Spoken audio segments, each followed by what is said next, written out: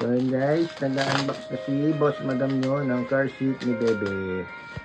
Para pag bumiyahe kami pa Batangas, ay may upuan na si Bebe. Sa sasakyan na Bebe, no? Pwede ka nang bumiyahe na malaya na Bebe na. Baba. Ay. Ay. Unbox na yung Boss Madam nyo guys. Tingnan natin kung maganda yung mga na-order namin na child's car seat.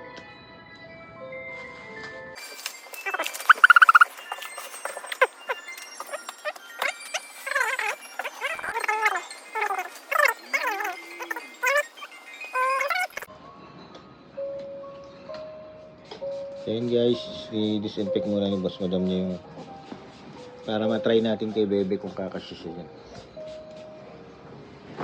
Ito na siya guys. So yun guys, ito nga pala yung loob ng car seat ni Bebe. Ito may seat belt siya. Seat belt siya. Yan. Seat belt siya. Yan. Tapos paglalagay natin siya, ganyan lang. Tapos, sling leg eh. Hop. Parang skip ka na dyan, Bebe. Oops. Yan. Ayusin lang natin ang upo si Bebe. Yan. Yan. Sikip siya.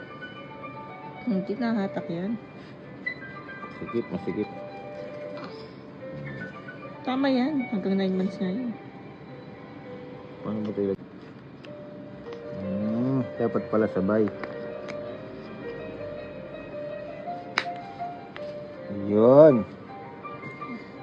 Hop, punas muna ang lungad, Bebe. Okay. So, yun guys, kanya na siya. Aba. Ba?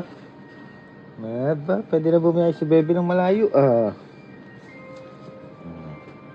May mga pumps dito. Tapos pwede natin siya ganun. May ano yan, may basket yan. Pwedeng bit-bitin mo na lang. Pwedeng bit-bitin.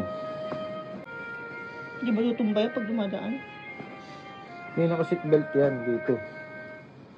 Naka-seatbelt din siya. Bukod sa seatbelt niya dito, may seatbelt din siya doon sa sasakyan mismo.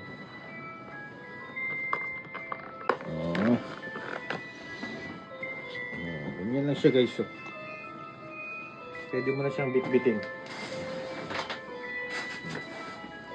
Okay ka lang ba dyan, ha? Okay ka lang? Okay?